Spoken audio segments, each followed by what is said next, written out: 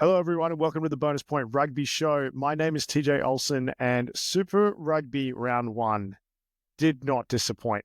We had a hat-trick scored on debut, nail-biting finishes, and even more shocking, a clean sweep of wins for Aussie sides, which happened in Round 1, not since 2010. So we are here to discuss that and much more in this week's episode. So we have lots to cover today, and here is how it's going to go down. Each week, we're going to be kicking off things with our rapid recap of the weekend and then dive into the topics for the episode. The first half segment is going to be all about the Aussie teams, how they looked in their week 1 performances, what contributed to their success, and the likelihood of the Reds also helping contribute to the sweep against Moana Pacifica in round 2. Our second half segment is about the new Player of the Year award that has been introduced in Super Rugby, who the front runners are, who we think the potential winners could be, and things to keep an eye out for. And during our bonus point segment today, we're actually going to hand that one off to our guests for today, as well as tipping for this weekend's games. So that's what's on the cards for today. Let's rip in. This is the Bonus Point Rugby Show.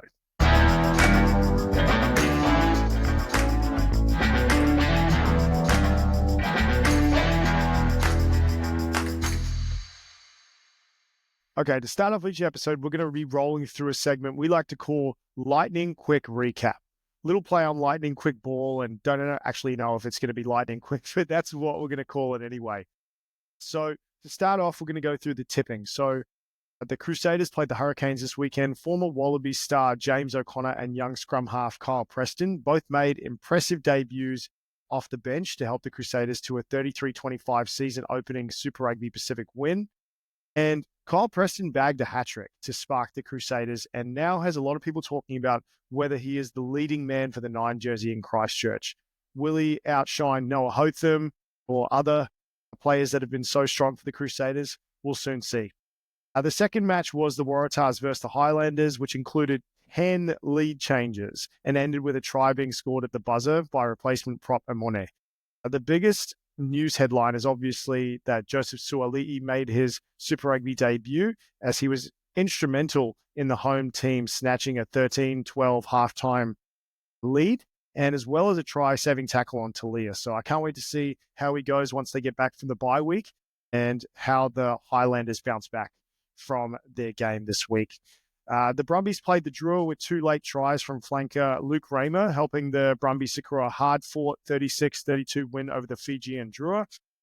We saw teams like the Crusaders drop games last season in the blistering humidity in Suva. So it looks like the Brumbies were able to kind of scrape through and power through. And it looks like Stephen Larkham's gamble, leaving the key Wallabies at home, ended up working out after all, with a lot of people saying in the media that it was going to be a big mistake. So big up to the Brumbies. Shout out to Andy Muirhead in the fullback jersey. He had a cracker of a game. The Chiefs stunned the Blues with a convincing win over the reigning champions. So happy about that one. And a lot of people expected the All Blacks in their squad to play a big part, and they did off the bench. They played a humongous portion, helping their team secure a victory, but also debutant Leroy Carter also showed that he can mix it up on the 15s field just as good on the 7s field. The last thing about that game was the All Blacks playmaker D-Mac scoring 2 tries to help secure the Chiefs' revenge the final last year. It has sparked a lot of debate about who the fly half or fullback for the All Blacks is going to be, but we've got plenty of season left to go, so we can keep that debate going. The last game is going to be regarding Moana Pacifica losing that heartbreaking, heart-wrenching game against the Western Force with that 45-44 down match in Perth. I believe down 44-38 in the 83rd minute, the Western Force remained composed. They put together a massive 26 phases before Ben Donaldson, who, crazily enough, had his ankle strapped like nuts because he had just rolled it in a previous play during the game. He had to run from his defensive 22-meter line to score a try under the post. So that was nuts. I mean, a lot of awesome games that came down to the wire, and love to see it. It was made for a really exciting round 1. As we head over to fantasy land, I had a successful week in fantasy ranking in the top 15 of all percent of my leagues. Let's freaking go. You can also see that I've made a couple of changes to my fantasy team, replacing Waratahs players who are on a bye this week. Notable changes in my front row, giving Nella a rest as I'm having a rest for the Waratahs. I replaced him and my hooker for a strong front row from the Hurricanes. I think they're going to do outstanding things against the Fijian Drua this week. Arcoy in the locks department from my Chiefs had a great game against the Blues, so I can't wait to see what fantasy points he racks up for me. Dalton Papali'i and Anton Segner will be alongside Artie Savia in my back row. All these three players are going to be hungry after close loss in round one. They're going to be coming out swinging. And I paired the young gun Leroy Carter with Sevu Reece and Will Jordan in my back three. So really excited to see how all those players go. Still unclear about how all the point systems work, but you can see from previous weeks, Damien McKenzie, he did an incredible job bringing me a lot of points for round one right here. 208 points, baby. Let's go.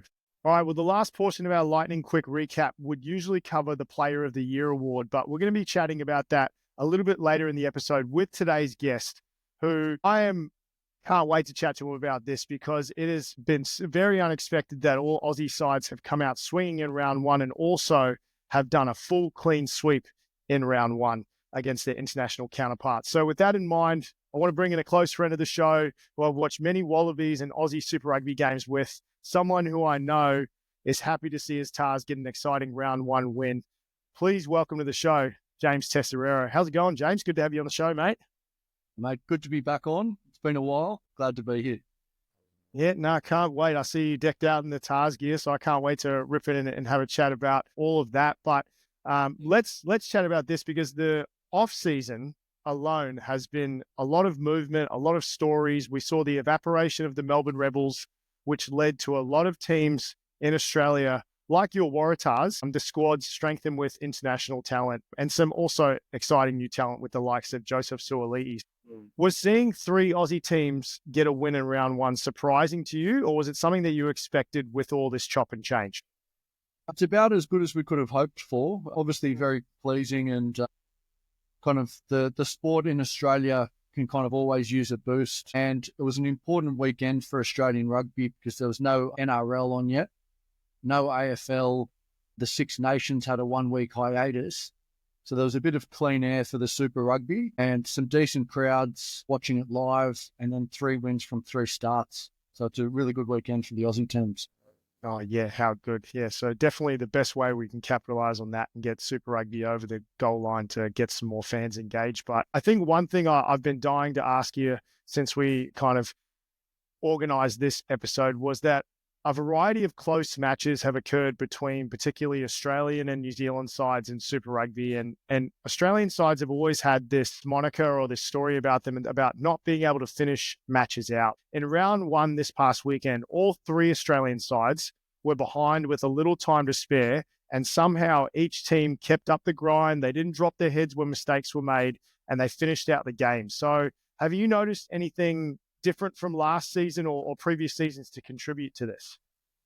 I think the depth of the Australian teams is better, which means the 8 guys you bring off the bench should be higher quality and better talent. So kind of going from 5 teams to 4 teams, the talent is a little bit more concentrated. And you saw some Wallabies caliber players coming off the bench for each of those teams that had those late wins. And I think it's probably a little bit of mindset. It's also a little bit related to the talent that's coming off each bench. And I thought one comment that was really interesting that came from Australia Rugby's new poster boy, Joseph Suaalii, where he stated that he thought Super Rugby felt tougher than his debut in international rugby that he played for the Wallabies. So before I get your opinion on this, I will mention that since his international debut, he was moved from playing in the centres to playing fullback. We also know that Super Rugby, especially with these new law changes, is a vastly different game to playing against a Northern Hemisphere team where outside backs are way more involved. So do you think that these are the contributions toward that feeling for Joseph, or there's another reason why he's feeling that way? I think that particular game was kind of very physical, and both teams were shot out of a cannon with it being round one. All the contact was high impact, and I can probably see why he felt that was an intense and physical game. His first couple of involvements at test level were kind of skill touches and high balls and offloads and that kind of thing, where he had a lot of kind of direct contact on Friday night. And it was just a different type of game. Mm. No, I agree. And I think one comment I heard as well is that people were a bit surprised to see him go up and contest some high balls or chase a few kicks, and they preferred to have seen him more with ball in hand and kind of get him in that opportunity. Is that something that you'd want to see a little bit more from him moving forward? Yeah, well, we saw him. I don't think he had a single line break in his time with the Wallabies on the spring tour, and he had a couple of line breaks in Friday night's game. And when he's ball in hand on the edge, he looks extremely dangerous, and he's almost unguardable one-on-one on that edge. And of course, he spent a lot of time in rugby league playing in the centres as the second last attacking player on that same ground, actually, at Allianz Stadium. So him attacking as the second last attacker on the edge at Allianz Stadium probably feels very familiar to him. But that's kind of where he's at his most dangerous, where he's got a bit of space, he's got the ball, and he's got a few options. So I would like to see him run more. No, 100%. All right, before we move on to chat about the Reds in Moana Pacifica this weekend, is there anything else you're excited about the Tars? Obviously, you've been around the system for a long time. You live and breathe the Waratahs. What else are you excited about? I've had a chance to watch some of their training, and they're just training extremely hard. There's having watched a few pre-seasons, this one's certainly got an edge. The team is super fit. It's extremely deep and talented. So I think if we have a good run and a bit of luck with injuries, I think we've got enough talent, good coaching, and good preparation to really have a good season. Yeah, 100% agree. I think I was always worried because you get to see the kind of what happened in previous years where you get a big boost with the squad. You've got all this promise, and then other teams have gone through it as well. Is they're painted as that picture of that top 4, that top 6 team, and they just fall a little bit short. I think this is the year that I can definitely see with the injection of talent, the new coach, all the videos I've been watching with the Tars media team that they've been showing behind the scenes of the coaches, the veterans, the new players. I think they're going to be a force to be reckoned with. I can't wait to see them in the next round. But this weekend, we get to see the last Aussie team make their debut for Super Rugby Pacific against Moana Pacifica, and that is the Queensland Reds. So Moana are coming off a heartbreaking loss against the Western Force, letting a 13-point lead slip in Perth with just 4 minutes left with 4 minutes after on the clock. The highest scoring game over the weekend as well. So we know that Moana can score points. We also know that they're definitely a more experienced and composed team than previous years, with the likes of Ardi Sarvia leading from the front, Jackson Garden-Bashop leading the team around. So the one other problem that may be the Reds' downfall is that all 6 of the Reds' losses in 2024 were by 9 points or less. And that included 2 heartbreaking defeats to the Hurricanes and the Blues after full time. So if the Reds can get a good front ball going and they can get everything rolling, do you think that Les Kiss and his Red side are primed to get this win over Moana, or do you think Moana are primed to get the win over the Reds?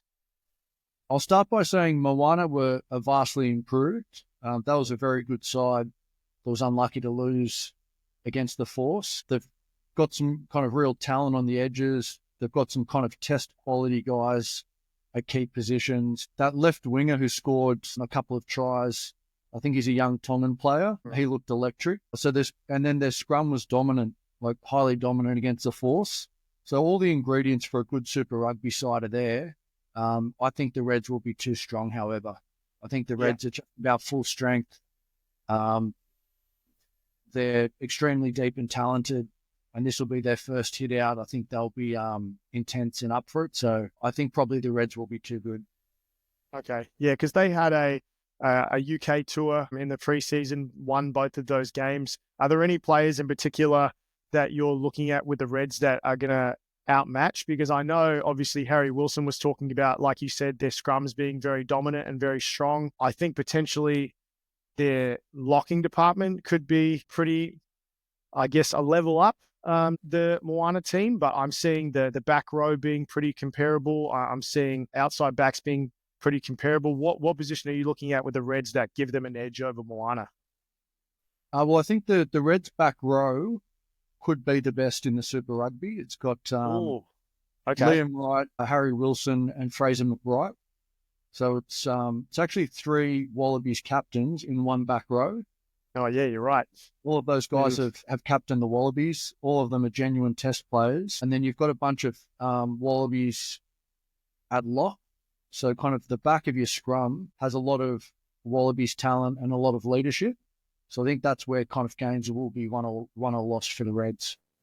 Nice. Okay, well, one team we haven't spoken about that we want to cover really quickly is the Brumbies playing the Fijian Drua. So obviously you've seen teams in the past go to Suva, had a downfall due to the humidity or just different environments, and the Brumbies came out victorious as well. What did you enjoy about the Brumbies?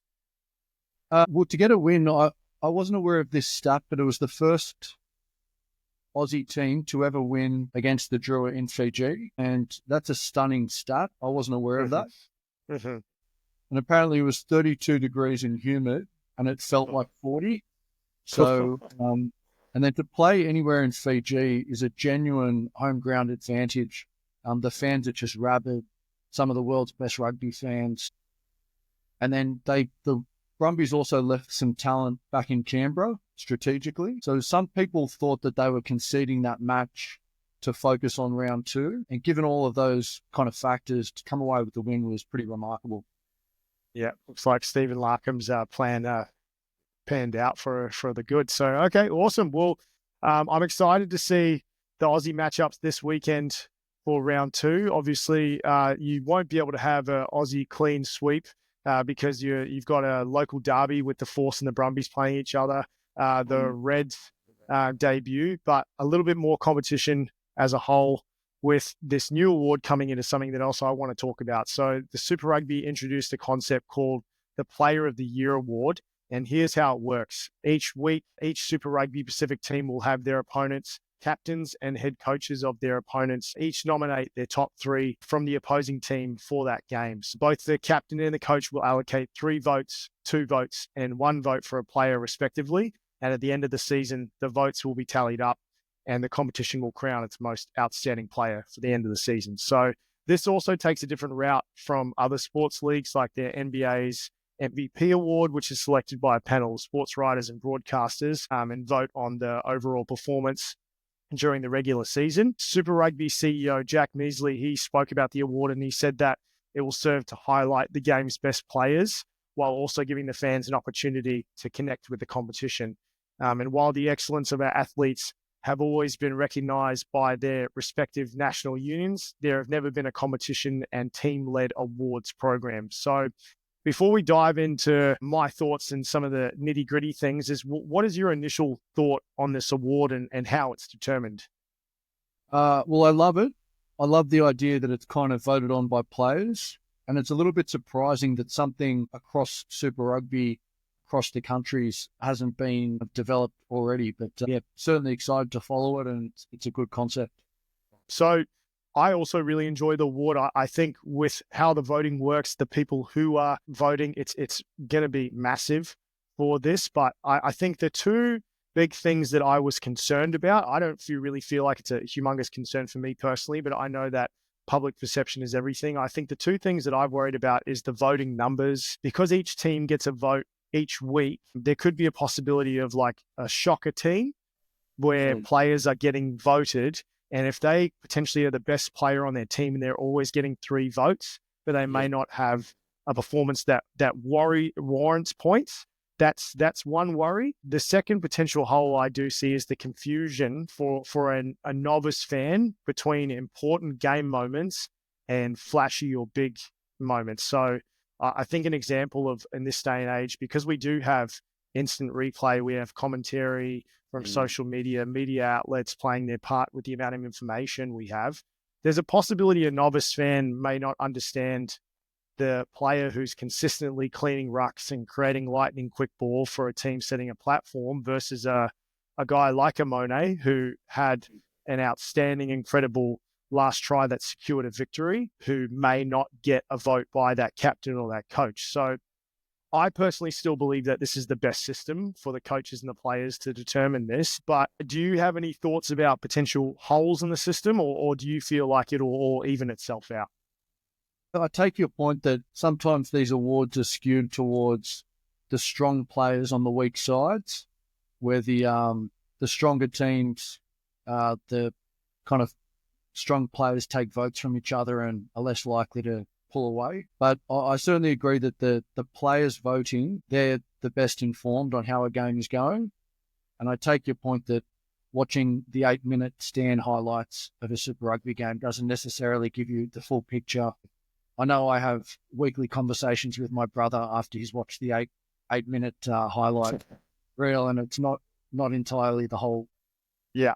No. Okay. Well, no, regardless, I think it's going to be a great initiative. I think it's definitely going to shine some light on some incredible players and give some more, I guess, fan light to the fans, keep them engaged. But I do want to share my screen really quickly so we can just go through the players, because I do want to get your insights. So over the standings in round one, the highlight, what I want to do is, instead of going through like all the players and kind of getting insight into a variety of different people, what I'd like us to do is highlight a player on this list who we think is well deserving of their points on this ladder, and also potentially a player that maybe didn't get the recognition that they deserve. So I'll leave you to analyze the list and I'll go through mine first. I think the player I'd love to highlight on the list is Tavatava Nawai from the Highlanders.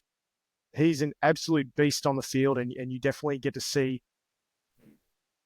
all the attributes that he brings to the success of his team. But I also think that he should have received a little bit more in the point system, because you can see he's been working on his kicking game. He's been adding another tool to his tool belt, which hasn't been something that you've seen in the past. And I think he could potentially be a front runner for the player of the year if he stays healthy and consistent for the Highlanders. For my players that missed out, I have two I want to highlight. I think Teniela Tupou is one that I think at least should have gotten at least 1 point. You can't fault guys like Charlie Gamble, Lungy Gleeson, Tane Edmed, or Tane, as he's been named since his time in New Zealand, and Parecki. But I think Tupou, I believe there was a stat that he played his longest game since Test footy in a long time, and he played some crucial minutes, forcing turnovers and getting a really influential scrum penalty. So I think he should have at least gotten maybe 1 point towards the tally. I think the one thing that I probably say you got pushed off for his wild pass that he threw to Leota for that try. Yeah. But I think he should have at least gotten 1 point. The other guy I do want to highlight, and I think should have gotten 1 point, was Cortez Rasma.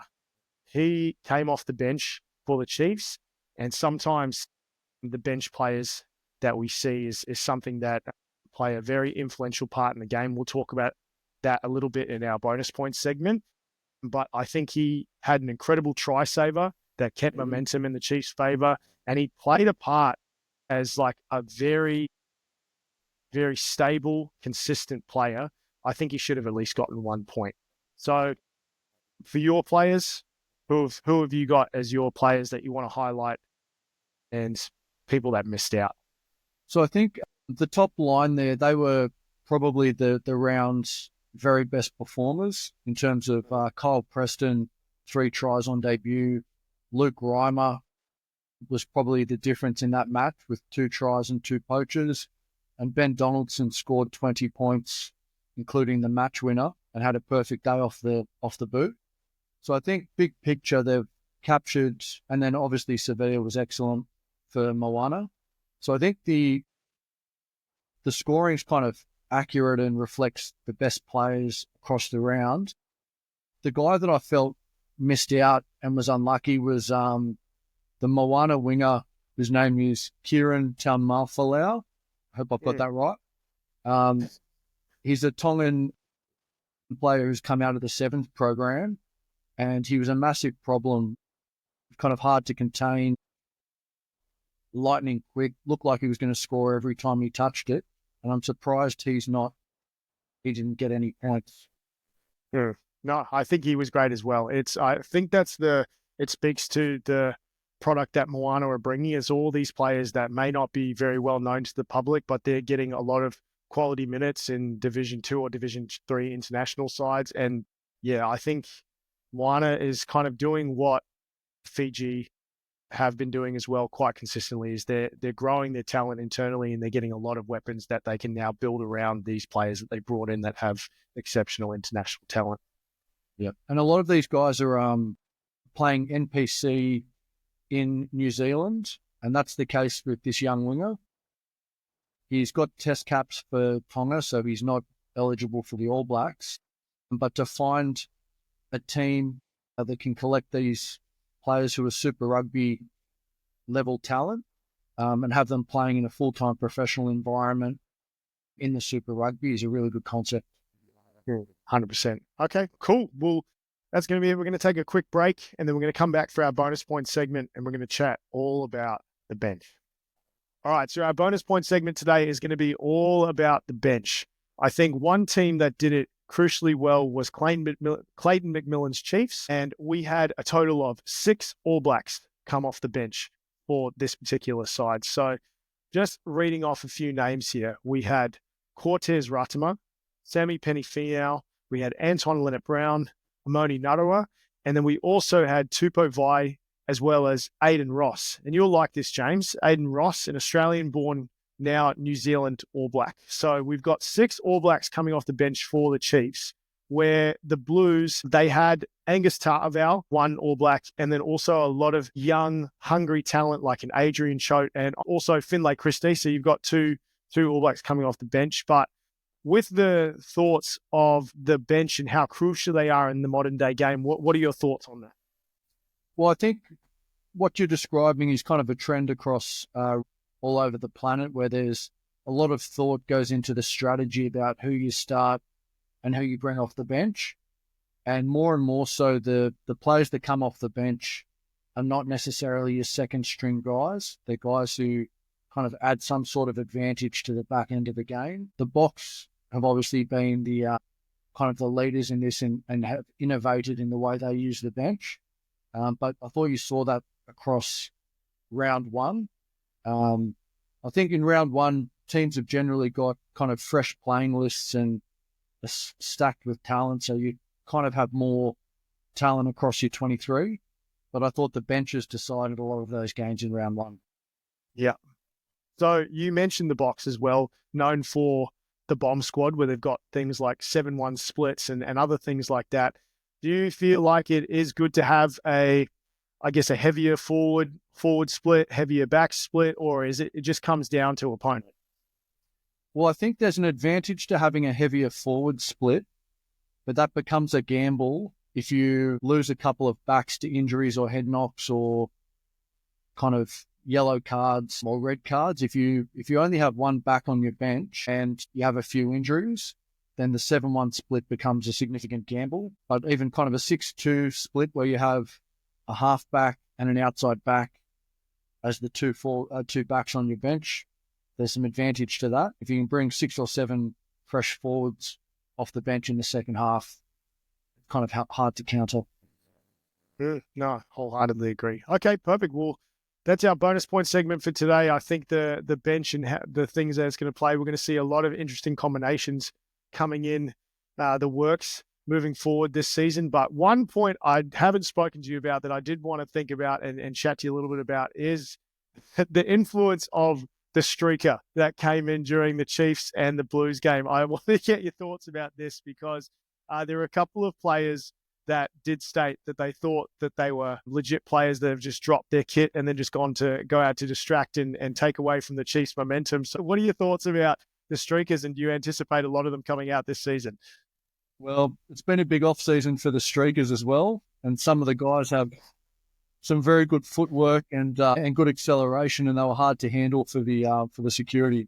For anyone who hasn't watched it, maybe just YouTube the streakers from Super Rugby on the weekend. It was hilarious because I'll give credit to a couple of the security guards. They had one of the guys in a tackle, leg chop, holding on for dear life, but then the ass was like right next to his face, so you see him let go, and then he does an incredible jump over the barrier. Mate, it was unreal. Looks like he was auditioning for a team, trying to impress the coaches. Pick me. Look how fast I am. Well, I'll end on this. I think the best streaker I've ever seen in my life, the best story for streakers, is when I went to go watch a cricket game at the Gabba in Brisbane, and Andrew Simons, obviously former rugby player as well. It's the greatest deck I've ever seen in my life, because you see the streaker come into his vision and he just drops shoulder straight into his stomach, and he's just out like a light. It's one of the best videos ever. I remember it well. Good. Okay, well, mate, thank you so much for joining on the Bonus Point podcast. It's been good to have you back, mate. I can't wait to have you join a little bit more and get your insight throughout the season. I hope your Tars do really well. I appreciate you taking the time on a busy early morning over in Sydney. But anything you want to say before I let you go? Just Super Rugby's back, and I can't wait for round 2. Wholehearted. That's amazing. Okay, perfect, mate. Well, thank you, everyone, for tuning in. I really appreciate it. We will see you next week. Have a good day.